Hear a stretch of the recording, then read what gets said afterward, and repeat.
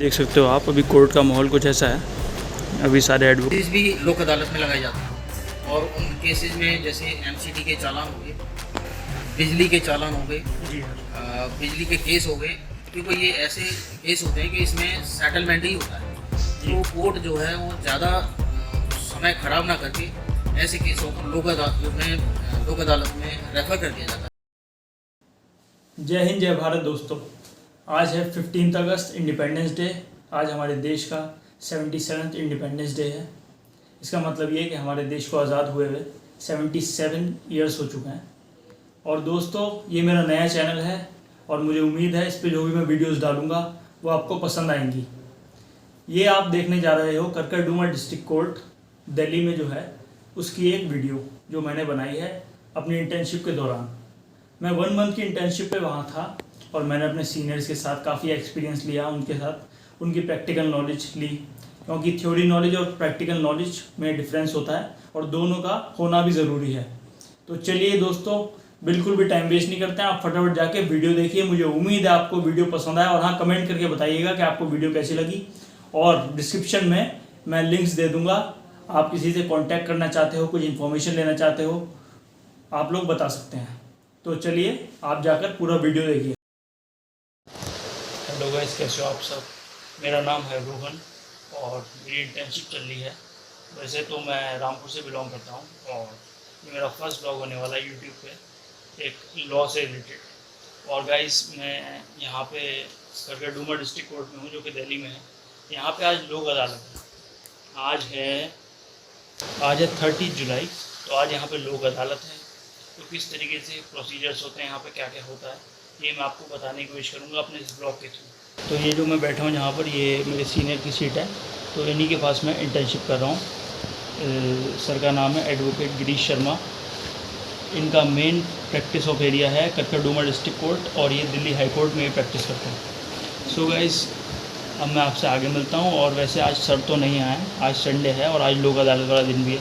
Sir को कुछ काम से जाना पड़ा। तो सर के एक फ्रेंड हैं, वो भी एडवोकेट ही हैं, हमारे सीनियर ही हैं, उनका नाम है वीके सिंह जी। उनके ज़रिए मैं जानूंगा कि किस तरीके से पूरा प्रोसीजर होता है, तो मैं आपको दिखाऊंगा, ठीक है, लोक अदालत में क्या क्या होता है। वैसे बेसिकली इसमें कुछ ऐसा भी होता है कि चालान वगैरह से रिलेटेड होता है। पूरी इन्फॉर्मेशन दूंगा, आप लोग बने रहिएगा पूरे ब्लॉग में। पता नहीं ये ब्लॉग छोटा बनेगा बड़ा बनेगा। और कोर्ट्स में मैं आपको लिमिटेड चीज़ दिखा पाऊँगा, क्योंकि कोर्ट में वीडियो रिकॉर्ड करना अलाउड नहीं होता ना, इसलिए। तो ये मेरी 1 मंथ की इंटर्नशिप थी, तो ये मेरा फर्स्ट ब्लॉग है अभी। तो मैंने सोचा क्यों ना आप लोगों से नॉलेज शेयर की जाए। तो चलिए गाइस, मैं अभी अपने सीनियर का वेट करता हूँ और फिर मैं आपसे मिलता हूँ। तो जो मेरे हेड हैं, मतलब मेरे जो सर हैं, उनका ये नेम है advocate Girish Sharma, Delhi high court, ये नंबर है। और ये सारे केसेस वो डील करते हैं। ये आप देख सकते हो, ये सारी सीट्स हैं जो कि डिवाइडेड हैं। जैसे जो सर की सीट है वो है G73, देख सकते हो। तो ये पूरे देख सकते हो, ये सीट्स हैं दूर तक। ये सारे एडवोकेट्स बैठते हैं यहाँ पे। ये ब्लॉक वाइज डिवाइड है, जैसे F ब्लॉक है, G ब्लॉक है, D ब्लॉक है, इस तरीके से ब्लॉक्स जो हैं डिवाइड है। देख सकते हो आप, अभी कोर्ट का माहौल कुछ ऐसा है। अभी सारे एडवोकेट्स और ख़ासकर जो ट्रैफिक चलान वाले लोग हैं वो अभी जा रहे हैं। देखिए, ये कोर्ट है, पूरा कोर्ट की बिल्डिंग। ये पीछे सारे देख सकते हो, ये सीट्स हैं G ब्लॉक में। और ऐसी बहुत सारे यहाँ पे फ्लोर्स हैं जहाँ पे सारा है। बाकी मैं आज इसलिए ब्लॉक कर पा रहा हूँ क्योंकि आज यहाँ पे कोई भी नहीं है वैसे तो, और क्योंकि संडे है, आज बहुत ही कम एडवोकेट्स आए हैं। प्रैक्टिकल नॉलेज जो होती है वो हम अपने आप काम करेंगे या किसी सीनियर के अंडर काम करेंगे तभी सीख पाएंगे, है ना। बेहतर ये है कि एज एन एडवोकेट अगर आपको इस प्रोफेशन में आगे जाना है तो एक सीनियर अच्छा सा आपको चूज़ करना पड़ेगा।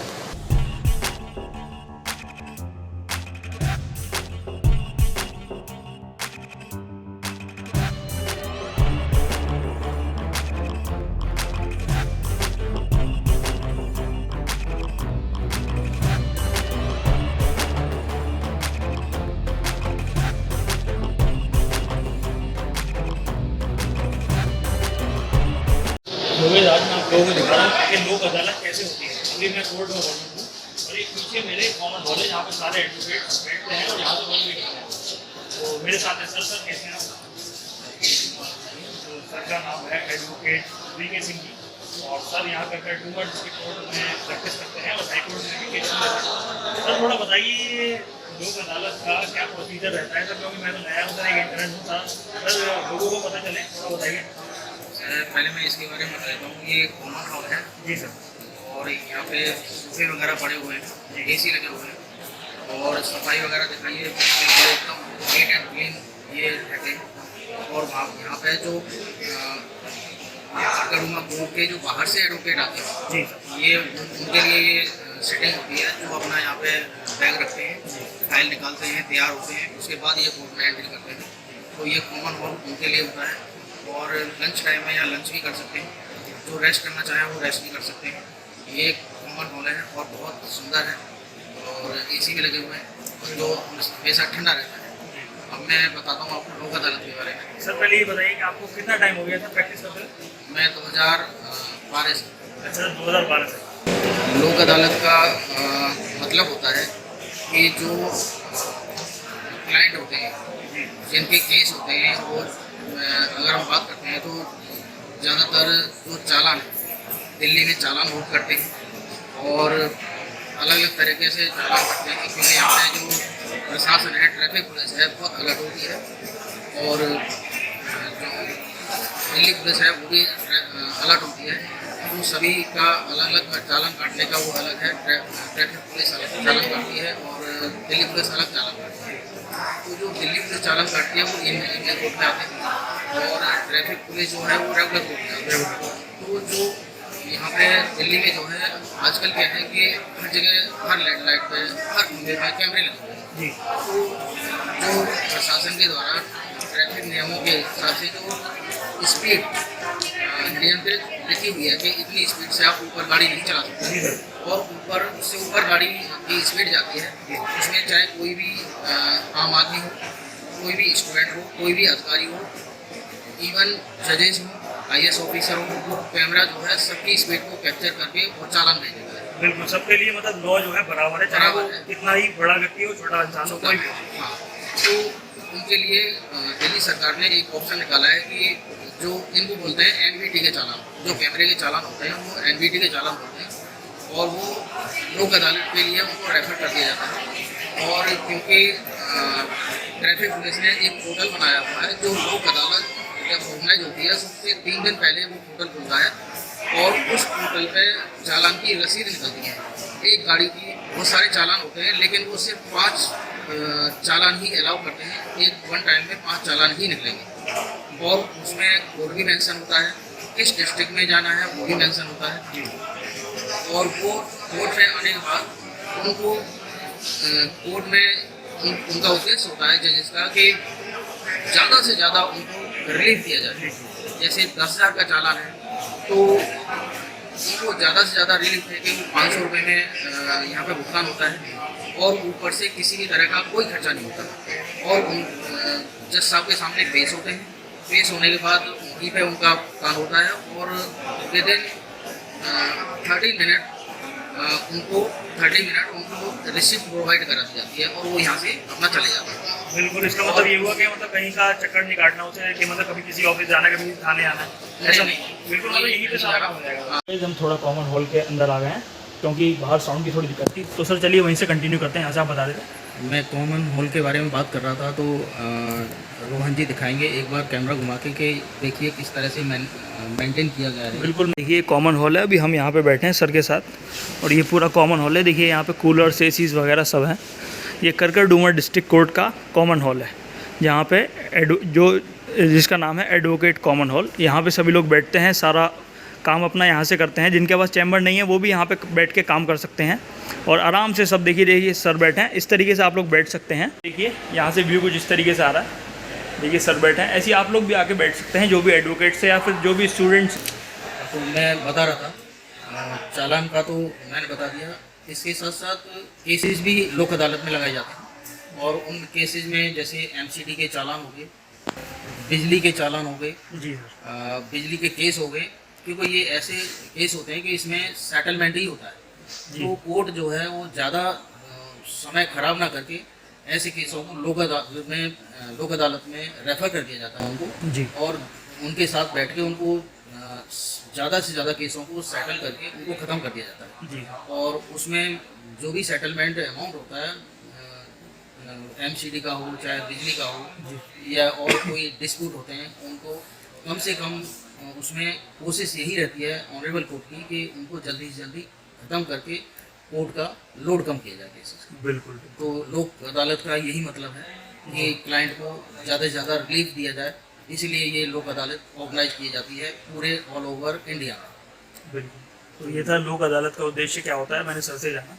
और बाकी अब मैं सर से पूछता हूँ, सर आप सर किस तरीके के केसेस देखते हैं सर, थोड़ा बताइए पब्लिक को।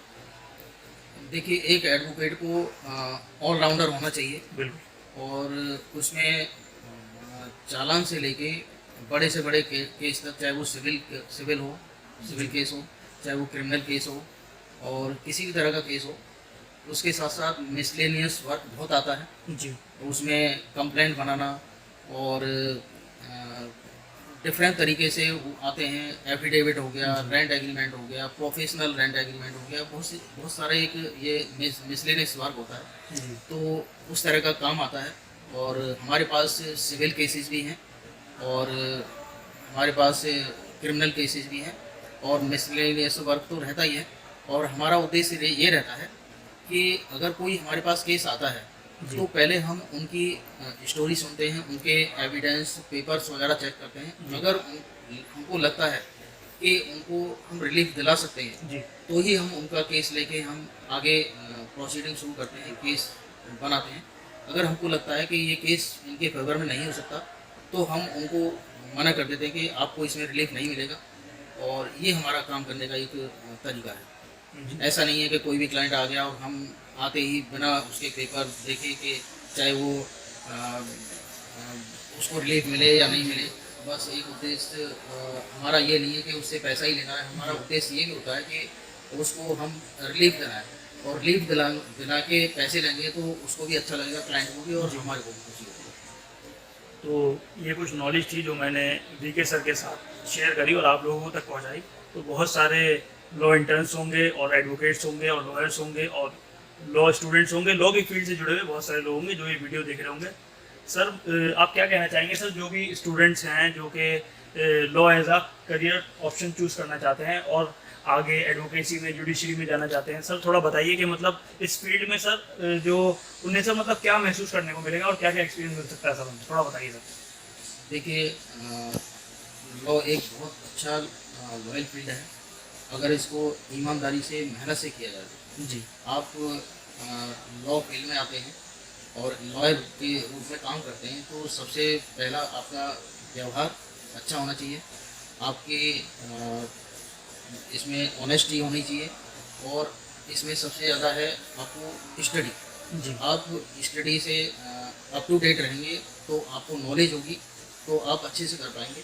और इन सब से एक चीज़ हो रहा है कि आपको एक जो इनिशियल जब इस फील्ड में आते हैं तो कम से कम किसी भी सीनियर एडवोकेट के पास कम से कम 3 साल आपको काम करेंगे तो आपको जो तजुर्बा मिलेगा हर चीज़ का, वहाँ पे काम करने का तजुर्बा, और एक मिसलेनियस वर्क होता है जो बहुत ही ज़रूरी होता है सीखना कोर्ट का, वो सीखते हैं। और साथ साथ जो संस्कार होते हैं एक एडवोकेसी में आने के, कि हमें कैसे रहना है, ड्रेस कोड में कैसे रहना है, अपने सीनियर्स के साथ कैसे रहना है, कोर्ट के अंदर कैसे रहना है। कोर्ट में जब कोर्ट रूम में हम जाते हैं तो जो जज साहब हैं ऑनरेबल कोर्ट, उनके साथ किस तरह से हमें वो करना है जी। तो ये सारा आपको 3 साल के अंदर अंदर सीख जाते हैं। लेकिन जो आज नई जनरेशन आ रही है वो उसको पेशेंस नहीं है, और पेशेंस ना होने की वजह से वो सीनियर के साथ अटैच नहीं रह पाते हैं, और थोड़े 1 महीने 2 महीने या नहीं भी वो सीधा इंडिपेंडेंट आने की कोशिश करते हैं, जो उनको बहुत परेशानी का सामना करना है। जी। देखिए मेरा ऐसा मानना है कि एक गुरु ज़रूरी है। आप किसी भी फील्ड में जाएंगे तो एक गुरु होना चाहिए। उससे क्या होगा कि देखिए आपको नॉलेज मिलेगी और एक सही रास्ता मिलेगा। देखिए गलत रास्ता बताने वाले 1000 लोग मिल जाएंगे, लेकिन सही रास्ता बताने वाले शायद 1-2 ही लोग मिलेंगे, और वो बहुत ज़रूरी है। और इस फील्ड में सर जब मैं इस फील्ड में नहीं आया था सर, मैंने ये सुना था कि देखिए किताबी पढ़ाई एक अलग चीज़ है, लेकिन कोर्ट में कैसे केस को प्रेजेंट करते हैं, फाइल कैसे तैयार करते हैं, और मतलब प्रैक्टिकल लाइफ से बिल्कुल डिफरेंट है सर। ये क्या सच है मतलब? नहीं, देखो जब हम स्टडी करते हैं जी तो सर। स्टडी लाइफ अलग होती है, स्टडी अलग होती है, लेकिन जब हम प्रैक्टिकली कोर्ट में एंटर करते हैं तो यह बिल्कुल डिफरेंट हो जाता है। जी वहाँ की जो बुक्स हैं, जो सिलेबस है वो अलग होता है, लेकिन यहाँ CRPC, CPC, IPC और सबसे पहले जब एडवोकेट के रूप में हम कोर्ट में एंटर करते हैं तो आपको एडवोकेट एक्ट पढ़ के आना चाहिए। बिल्कुल बिल्कुल। सबसे पहले एडवोकेट बनने के साथ साथ एडवोकेट एक्ट पढ़ना चाहिए। उसमें हमारे नॉर्म्स होते हैं, हमारे लिए उसमें नियम कानून होते हैं जी कि हमें कैसे रहना चाहिए, हमें किस किस सावधानी का पालन करना चाहिए, ये सारे होते हैं। उसके बाद आप CRPC पढ़ेंगे, CRPC के साथ CPC, IPC और सबसे जो मोस्ट इम्पोर्टेंट है वो है एविडेंस। जी जिसकी एविडेंस पे पकड़ अच्छी होगी वो आगे बहुत अच्छी उससे निकलेगा। और क्योंकि हर जगह हमको एविडेंस ही वो करना पड़ता है। जी एविडेंस एक बहुत इम्पोर्टेंट टूल है। किसी भी कोर्ट में जाएं हम, चाहे सिविल में जाएं, चाहे क्रिमिनल में जाएं, जी चाहे किसी और में जाएं, हर कोर्ट में एविडेंस मांगते। अगर आपकी एविडेंस एक्ट पे कमांड है तो आप बहुत अच्छे एडवोकेट बन सकते हैं। और इसके साथ साथ एडवोकेट की प्रैक्टिस करते करते आप मेहनत करेंगे तो आप जुडिशरी की तरफ निकल जाएंगे।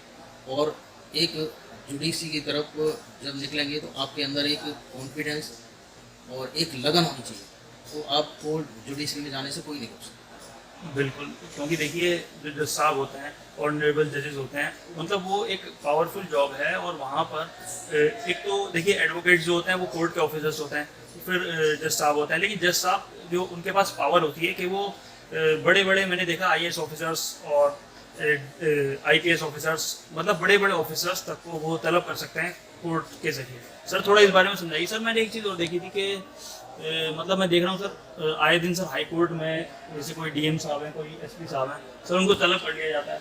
सर मतलब ये मतलब जुडिशरी की पावर दिखाता है सर। ऐसा होता है डिस्ट्रिक्ट में जो SDM होता है, जी सर। और SDM और ये जो यहाँ पे कोर्ट में जो मजिस्ट्रेट होते हैं उनकी पावर सेम होती है। तो उनकी पावर सेम होती है, लेकिन हाई कोर्ट में क्योंकि हाई कोर्ट एक स्टेट का सुप्रीम कोर्ट है जी बिल्कुल। और हाई कोर्ट को किसी भी अधिकारी को तलब करने की पावर है। चाहे वो मैं दिल्ली की बात बता रहा हूँ तो ACP हो, DCP हो, कमिश्नर हो, उसको हाई कोर्ट तलब कर सकता है किसी भी मामले की गवाही के लिए या कुछ एविडेंस पेश करने के लिए। जी। हाई कोर्ट पावर है तो उसको तलब कर सकता है। सर जुडिशरी को आप कैसा मानते हैं सर? मतलब जो ये बैलेंस बना के रखा है पब्लिक को जस्टिस दिलवाने में, जैसे और भी डिपार्टमेंट्स हैं, जैसे पब्लिक वहाँ से उन्हें इंसाफ नहीं मिलता, तो सर कोर्ट एक ऐसा रास्ता है जहाँ से इंसाफ ले सकती है पब्लिक। सर थोड़ा इस बारे में थोड़ा कुछ कहना चाहेंगे आप? हाँ, देखिए ऐसा है कि जब किसी के साथ क्राइम होता है, छोटा या बड़ा, तो सबसे पहले जब किसी कमज़ोर के साथ क्राइम होता है, मारपीट होती है, किसी भी तरह का वो अपराध करता है, एक अपराध उसी के ऊपर होगा जो कमज़ोर हो। तो अगर वो पुलिस में जाएगा तो पुलिस नहीं सुनती है, तो ये नहीं है कि वो पुलिस में गया, पुलिस नहीं सुनगी तो वो घर बैठ जाएगा। पुलिस से ऊपर जाएगा तो पुलिस से ऊपर भी अधिकारी हैं, जैसे यहाँ पे पुलिस थाने में SHO साहब होते हैं। SHO साहब अगर नहीं सुनते तो इससे ऊपर ACP साहब होते हैं, उनके पास जाया जा सकता है। ACP साहब के यहाँ से भी सुनवाई नहीं होती तो DCP साहब होते हैं। DCP साहब भी के यहाँ भी अगर सुनवाई नहीं होती है तो कमिश्नर साहब हैं। और सबसे लास्ट में कहीं भी सुनवाई नहीं होती तो फिर वो कहता है कि कोई बात नहीं, अगर मेरी कहीं नहीं सुनवाई होती तो मैं तुझे कोर्ट में देखूंगा। जी। यानी कि कोर्ट के ऊपर हर व्यक्ति को अभी इतना विश्वास है कि वो चाहे वो कितना भी कमज़ोर है फिर भी वो उसके कॉन्फिडेंस के साथ वो ये ज़रूर कहता है कि कोई बात नहीं, तुझे कोर्ट में देखूंगा। हाँ बिल्कुल। तो ये उसको धमकी भी दे देता है और कोर्ट के ऊपर विश्वास भी जताता है कि हाँ मुझे कोर्ट से न्याय जरूर मिलेगा। तो ये पावर है जुडिशरी की जो सर ने बताई।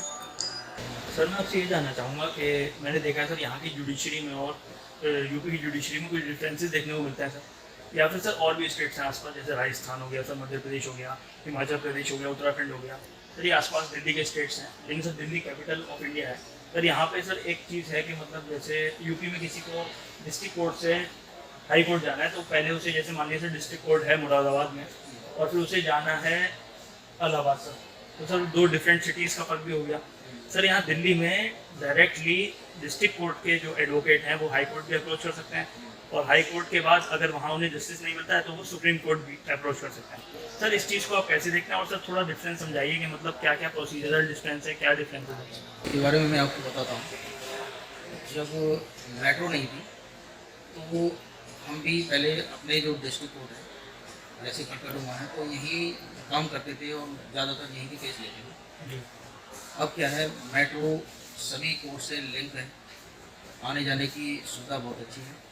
तो अब हम दिल्ली में 6 डिस्ट्रिक्ट हैं जी और 6 डिस्ट्रिक्ट में हम कहीं के भी केस ले लेते हैं जी और टाइम मैनेज करके हम किसी भी कोर्ट में दिल्ली में टाइम पे पहुंच जाते हैं। बिल्कुल। तो ये एक मेट्रो का जो नेटवर्क स्टार्ट हुआ है उससे इसकी सुविधा मिली है जी कि अब दिल्ली में एडवोकेट कहीं 6 डिस्ट्रिक्ट के अंदर कहीं भी केस को अपना लेके उसकी पैरवी कर सकते हैं। बिल्कुल।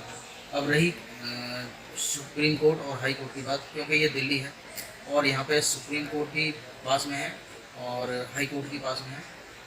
मैं यहाँ से बात करूँ तो यहाँ से मात्र 7 किलोमीटर है हाई कोर्ट और सुप्रीम कोर्ट। जी तो यहाँ पे हमें सारी अगर हाई कोर्ट का कोई मैटर होता है तो हम यहाँ से आधा घंटे पहले निकलते हैं और उस दिन डिस्ट्रिक्ट कोर्ट के जो मैटर हैं अपनी डायरी मेंटेन करते हैं, उसमें हम डिस्ट्रिक्ट कोर्ट के मैटर नहीं मेंशन करते उसमें जी। सिर्फ हाई कोर्ट के मैटर मेंशन करते हैं क्योंकि हाई कोर्ट में टाइम लग जाता है। जी तो यहाँ पे जो सारी जो प्रशासन है district court, high court, supreme court and another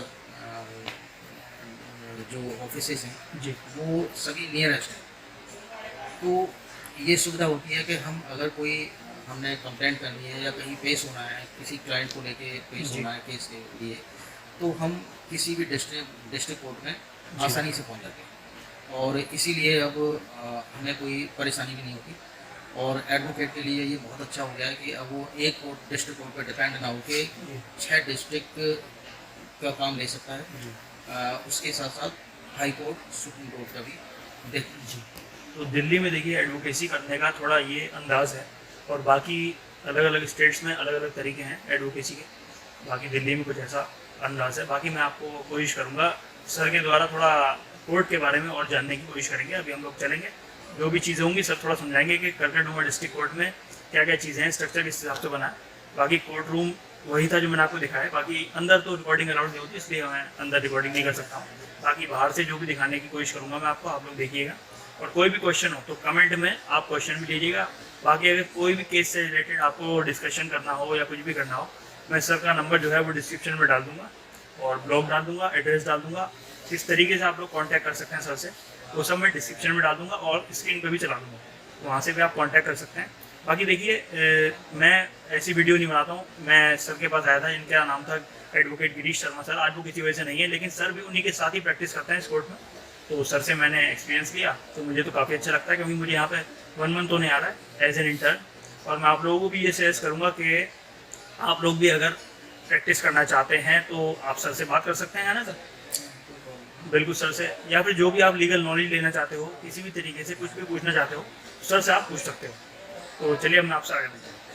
तो मैं हूँ कटकड़ुमा कोर्ट में। सर थोड़ा बताइए किस तरीके से सर स्ट्रक्चर्स बने हैं सर, ये कौन कौन से ब्लॉक हैं सर और ये एम्बुलेंस कैसे खड़ी है सर यहाँ पे? ऐसा यहाँ पे दिल्ली के अंदर जी 6 डिस्ट्रिक्ट कोर्ट हैं जी सर। और हाई कोर्ट है, सुप्रीम कोर्ट है। सभी डिस्ट्रिक्ट कोर्ट के अंदर, हाई कोर्ट के अंदर, सुप्रीम कोर्ट के अंदर अलग अलग डिस्पेंसरियाँ हैं, सरकारी डिस्पेंसरियाँ, और उनको एक एक एम्बुलेंस प्रोवाइड कराई गई है। अगर कोई एडवोकेट होता है, कोई एडवोकेट की पार्टी होती है, क्लाइंट होता है, अगर उसको कुछ हो जाता है जी तो डिस्पेंसरी में उनको दिखा के और डॉक्टर साहब तुरंत उनको रेफ़र करके एम्बुलेंस के द्वारा उनको बड़े हॉस्पिटल में शिफ्ट करा दिया जाता है। जी तो ये सर्विस बहुत अच्छी है दिल्ली में, जो हमेशा तैयार रहती है। तो ये काफ़ी अच्छी चीज़ है सर। मेरे ख्याल से ये दिल्ली में ही ये सुविधा दी गई है। जी सर, काफ़ी अच्छी बात है। सर मैं देख रहा हूँ आपके पीछे एक न्यू बिल्डिंग है जो कि अभी भी मेरे ख्याल से कुछ टाइम पहले ही बनी है। ये नई बिल्डिंग बनी है। जी सर, इसमें क्या क्या वर्क होता है सर? इसमें पहले ये एक सिंगल बिल्डिंग थी, जी पुरानी बिल्डिंग, और ये नई बिल्डिंग बनी है। इसको तीन साल लगे हैं बनने। जी अभी लास्ट ईयर ही इसका इनॉग्रेशन हुआ है। जी हाई कोर्ट के और सुप्रीम कोर्ट के जस्टिस आए थे जी इसका इनॉग्रेशन करने के लिए। इसमें ज़्यादातर सिविल कोर्ट हैं और ये 4 मंजिल है, और इसका जो अंदर से जो स्ट्रक्चर है जी सर। जस्ट लाइक ए बिल्कुल हाई कोर्ट जैसा है। अगर आप इसमें अंदर बैठेंगे, फुली एसी है, और इसमें आप फील करेंगे कि बिल्कुल जैसे हाई कोर्ट में बैठे हैं। वैसे ही रूम है, वैसे ही फर्नीचर है, वैसे ही सेंट्रल एसी लगे हुए हैं। जी तो बहुत सुंदर बिल्डिंग है। नीचे से ऊपर तक प्योर ग्रेनाइट पत्थर लगा हुआ है, और 2 लिफ्ट हैं जो हर समय चालू रहती हैं, बिल्कुल नई हैं, फास्ट हैं, और बहुत अच्छी सुविधा है। सर ये गेट देख पा रहा हूँ मैं, ये शायद मेरे सामने ही सर ओपन हुआ था। और सर इसके बारे में बताइए सर, कितना टाइम हो गया और सर मतलब ये किस यूज़ में आता है? नया गेट बना है, और जी। ये आपके ही सामने इसका इनॉग्रेशन हुआ है। जी अभी 10-12 दिन हुए हैं इसका इनॉग्रेशन हुए हुए। तो पहले पुराना गेट था जी सर। जो काफ़ी पुराना हो चुका था। जब ये कोर्ट बना था उसी टाइम का था, जी लेकिन अब इसको मॉडिफाई करके मॉडर्न तरीके से बनाया गया है। लाइटिंग वगैरह, प्लांटेशन, और अब एंट्री जो है पार्टियों की, क्लाइंटों की जो एंट्री जी। है उसके लिए सेपरेट रूम बनाया गया है, जहाँ पर वो एक मशीन अलग से रखी गई है, सामान चेक करने के लिए अलग से मशीन रखी हुई है, और जो सिक्योरिटी स्टाफ है वो रूम के अंदर ही चेक करके फिर उनको अंदर जी। आने देते हैं। तो ये बहुत अच्छा है और बहुत अच्छे तरीके से बनाया गया है। जी सर, टोटल कितने गेट्स होंगे इस कोर्ट में सर, आने जाने के लिए, दोनों के लिए? 5 गेट हैं। 5 गेट हैं सर एक टोटल। ट्रैफिक के लिए, व्हीकल्स के लिए है, जी। 2 व्हीकल्स आते हैं प्योर व्हीकल्स के लिए है। बाकी आने जाने के लिए 4 गेट हैं। 4 गेट। इसमें एक स्टाफ के लिए है और एक ये क्लाइंट के लिए है। जी। और आप मेरे पीछे देख रहे हैं ये मेट्रो स्टेशन भी है। जी बिल्कुल देख सकते हैं आप लोग, गेट से सटा ये हुआ। करकरडुमा कोर्ट मेट्रो स्टेशन है। यहाँ से उतर के वॉकिंग भी नहीं करनी है आपको, सिर्फ 50 कदम की दूरी पर है। बिल्कुल। और ये एडवोकेट जा रहे हैं, मेरे फ्रेंड हैं, जी और सभी ऐसे अपना काम करते हाँ, हैं। सभी लोग देखिए चलते रहते हैं, कुछ ना कुछ काम करते रहते हैं सब लोग। ये देखिए आप, यहाँ से सब लोग अपने वॉक कर रहे हैं, कोई कोर्ट से आ रहा है, कोई किसी काम से आ रहा है। आज लोक अदालत है तो थोड़ी चहल पहल उस हिसाब से कम है, लेकिन थोड़ा मतलब रेस्ट्रिक्शंस हैं कुछ चीज़ों पे। बाकी देख सकते हैं आप, बाकी ये देख सकते हैं पोस्ट ऑफिस भी है, हर कोर्ट में होता है पोस्ट ऑफिस की बहुत ज़रूरत होती है। बिल्डिंग से देखिए, यहाँ पे कोर्ट रूम है सारे, इधर जो है सारे चेम्बर्स और सारी सीट्स वगैरह जहाँ पे बैठते हैं। ये सामने मेरे जी ब्लॉक है, ये न्यू ब्लॉक है जहाँ पे कोर्ट रूम है, और उधर भी सारे ब्लॉक्स हैं, हम आपको दिखाने की कोशिश करेंगे।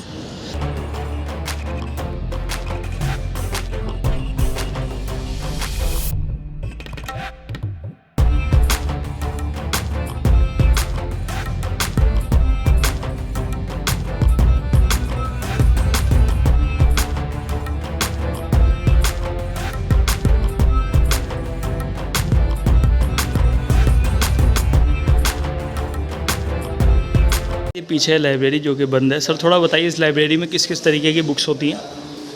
ये लाइब्रेरी है, पुरानी लाइब्रेरी है, और इसमें आपको सारी बुक्सें मिल जाएंगी, सिविल से लेके क्रिमिनल से लेके एविडेंस से लेके सभी। जी और इसमें अगर आप केस की प्रोसीडिंग कर रहे हैं और कोई जजमेंट चाहिए तो आप यहाँ पे तुरंत आएँ और बुक्स मांगें। जो लाइब्रेरी है तुरंत आपको बुक्स प्रोवाइड कराएँ, और उसमें से आप जजमेंट निकाल करके जी साथ में ही फ़ोटोकॉपी मशीनें लगी हुई हैं 3-4, तुरंत वो फ़ोटोकॉपी करा के आप इमीडिएट कोर्ट में प्रोवाइड करा सकते हैं जज। जी और इसमें कंप्यूटर्स भी लगे हुए हैं। आप कंप्यूटर्स पे फ्री ऑफ कॉस्ट अपना काम भी कर सकते हैं, प्रिंट भी ले सकते हैं। जी और ये फुली एसी है, और यहाँ पे वेलफेयर जो एक टिकट होती है वो भी यहीं पे मिलती है। जी तो ये हमारी लाइब्रेरी है। इसके साथ साथ एक ई-लाइब्रेरी और बनी है, अच्छा सर। जो जी ब्लॉक में है, ग्राउंड फ्लोर पर। उसमें बहुत सारे कंप्यूटर्स लगे हुए हैं। अभी 6 महीने पहले उसका इनोग्रेशन हुआ है। जी उसमें आप जाएं, कुछ भी सर्च करें, कोई एप्लीकेशन बनाएं, प्रोसीडिंग करें, प्रिंट आउट लें, सभी में ई लाइब्रेरी है, इंटरनेट है, जी फ्री ऑफ कॉस्ट आप उस पर काम कर सकते हैं और प्रिंट आउट लेके अपना वो कर सकते हैं। ये यहाँ पे ये सारी सुविधाएं एडवोकेट्स के लिए फ्री ऑफ कॉस्ट। ये डी ब्लॉक में है सर? ये हम यहाँ पे डी ब्लॉक फर्स्ट फ्लोर पे ये लाइब्रेरी है, जी बुक्स लाइब्रेरी, और जो ई लाइब्रेरी है वो जी ब्लॉक ग्राउंड फ्लोर पर बनी है। अभी 6 महीने पहले बनी है, उसका इनॉग्रेशन हुआ है। जी सर। बहुत सुंदर बनी है और सभी डिस्ट्रिक्ट कोर्ट के अंदर जी जो जो जिन्होंने अच्छा काम किए हैं सबकी फ़ोटो भी लगी हुई है वहाँ जी। पे।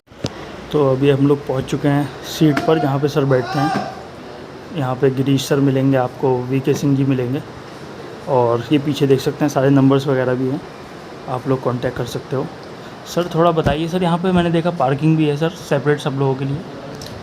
एडवोकेट्स हैं यहाँ पे जो प्रैक्टिस करते हैं जी। के अंदर, उनके लिए पर्टिकुलर पार्किंग है, अंडर बेसमेंट पार्किंग भी है, मल्टी लेवल पार्किंग भी है, और बाइक की अलग है और कार की अलग है। उसमें फ्री ऑफ कॉस्ट पार्किंग होती है। जी और गेट नंबर 5 की तरफ से जाएँ, गेट नंबर 6 में, तो जो बाहर से कैदियों को लाया जाता है जेल से, जी तो गेट नंबर 6 से अंदर लिया जाता है लॉकअप में। वहाँ पे वो सारी पार्किंग पुलिस की होती है। जी। वहाँ पे बड़ी बड़ी गाड़ियाँ आती हैं, वहाँ पे एडवोकेट्स की पार्किंग है। मतलब हर सेक्शन अलग अलग डिवाइड कर रखा है सबके हाँ, लिए? अलग अलग डिवाइड कर रखा है। और जो मल्टी लेवल पार्किंग है उसमें basement, first, second, third, fourth और टॉप फ्लोर पर जी सारी गाड़ियों की पार्किंग है। और पार्किंग की कोई किसी भी तरह की प्रॉब्लम नहीं है। जो आउटसाइडर है, जी जो क्लाइंट आते हैं, पार्टी आते हैं, उनकी बाहर पार्किंग है, पेड पार्किंग है। तो वो और एमसीडी की ऑथराइज पार्किंग है, जी। यहाँ पे गाड़ी खड़ी करते हैं। क्योंकि अगर वैसे इलीगली खड़ी करते हैं तो यहाँ पे पुलिस बहुत एक्टिव है, आती है और गाड़ियों को उठा के और ले जाते हैं। जी फिर वहाँ पे वो क्लाइंट जो वहाँ पे जाता है, फिर कोर्ट में आएगा, फिर वहाँ जाके भाग दौड़ करता है, वहाँ वो गाड़ी को नुकसान भी हो जाता है कई बार। उसके बाद जब एक बार गाड़ी खाली तो वहाँ सारे पेपर चेक करते हैं, चेक करते हैं, उसके बाद गाड़ी को रिलीज करते हैं, प्लस चालान भी भरना पड़ता है। अगर किसी अधिकारी की भी गाड़ी है और यहाँ से क्रेन उसको उठा के ले गई तो 200 रुपये फिर भी उसको क्रेन चार्ज देना पड़ता है। मतलब रूल सबके लिए बराबर है। बराबर। तो ये बहुत बड़ी चीज़ है, देखिए रूल सबके लिए, लॉ सबके लिए इक्वल है। और बाहर से जो एडवोकेट आते हैं जी उनकी भी एंट्री है यहाँ पर, लेकिन वो स्टैंडिंग जो गाड़ी आती है, रनवे एक तरह से होता है, वहाँ गाड़ी खड़ी करते हैं और केस ख़त्म किया और चले जाते हैं। जी। तो ये यहाँ पर पार्किंग की अच्छी सुविधा है। सर मैं आपसे ये और जानना चाहूँगा, एज एन एडवोकेट आपको सर शायद 10 साल से ज़्यादा हो गया आपने बताया, और सर आपको यहाँ पे सर क्या लगता है सर, मतलब जो आपको लगता है कि ये चीज़ सुधारनी चाहिए सर, एक मेन चीज़ जो आपको लगती है? सुधारने के लिए तो अभी बहुत कुछ है। जी हम कितना भी डेवलपमेंट कर जाएं लेकिन कमी फिर भी रही जाती है। एडवोकेट्स के लिए भी बहुत सारी कमियां हैं, जी जो फैसिलिटी मिलनी चाहिए वो नहीं। और कोर्ट के अंदर भी बहुत सारी कमियां हैं, हालांकि धीरे धीरे उनको कवर किया जा रहा है। जी जो स्टाफ है, स्टाफ के लिए भी वो है, अलग अलग उसकी तरह की। अभी जब हम प्रैक्टिकली उस चीज़ को फेस करते हैं तो तब पता लगता है कि हाँ कमी है, देखने में ऐसे पता नहीं लगता। इसके साथ मैं एक चीज़ और बताऊँगा आपको कि यहाँ पे हमारे यहाँ पे ई फाइलिंग की सुविधा भी शुरू कर दी गई है। अच्छा सर। कि पहले हम केस तैयार करेंगे, केस तैयार करके उसको पहले ई फाइलिंग करेंगे। जी सर, मतलब उसकी PDF जो है मेल कर देंगे? PDF बना के उसको मेल की जाएगी। जी वो मेल करने के बाद वो चेक करेंगे, उसके बाद मैसेज आएगा जी मोबाइल का, उसके बाद फिर फाइल बना के फिजिकली आप सबमिट करेंगे, उसके बाद वो कोर्ट हो जाएगा। तो ये सुविधा अभी नई शुरू की गई है। जी। और यहाँ पे 2 कैंटीन हैं डिपार्टमेंट की, कोर्ट की, जो एडवोकेट्स के लिए हैं, लेकिन उसमें सभी लोग आते हैं। थैंक यू सर हमसे बात करने के लिए, और काफ़ी लोगों को सर नॉलेज मिली होगी, और काफ़ी लोग इस वीडियो को देख रहे होंगे अभी, और आपने सर काफ़ी अच्छे से समझाया, बहुत बहुत शुक्रिया सर आपका। तो ये था करकरडूमा कोर्ट का एक छोटा सा ओवरव्यू, जो वीके सर के साथ हमने एक्सपीरियंस किया। तो मुझे उम्मीद है आपको ये वीडियो पसंद आया हो। तो अगर आपने मुझे इंस्टाग्राम पर फॉलो नहीं किया है तो मुझे फॉलो कर लें। और आप कोई भी क्वेश्चन पूछना चाहते हैं, कमेंट करना चाहते हैं तो कमेंट कर सकते हैं, कुछ भी पूछना चाहते हैं। बाकी मैं नंबर जो है सर का भी और जो भी प्रोफाइल वगैरह है वो डिस्क्रिप्शन में दूंगा। आप कांटेक्ट करना चाहते हैं तो कांटेक्ट भी कर सकते हैं। बाकी आप क्वेश्चन पूछेंगे, देखिए तभी आपको पता चलेगा, है ना। आप ऐसे देखेंगे क्योंकि बुक्स की पढ़ाई अलग होती है, प्रैक्टिकल नॉलेज अलग होती है। तो ये दो अलग अलग पहलू हैं लॉ के। बाकी आपसे मुलाकात होगी अब ऐसी किसी बढ़िया सी नेक्स्ट वीडियो में।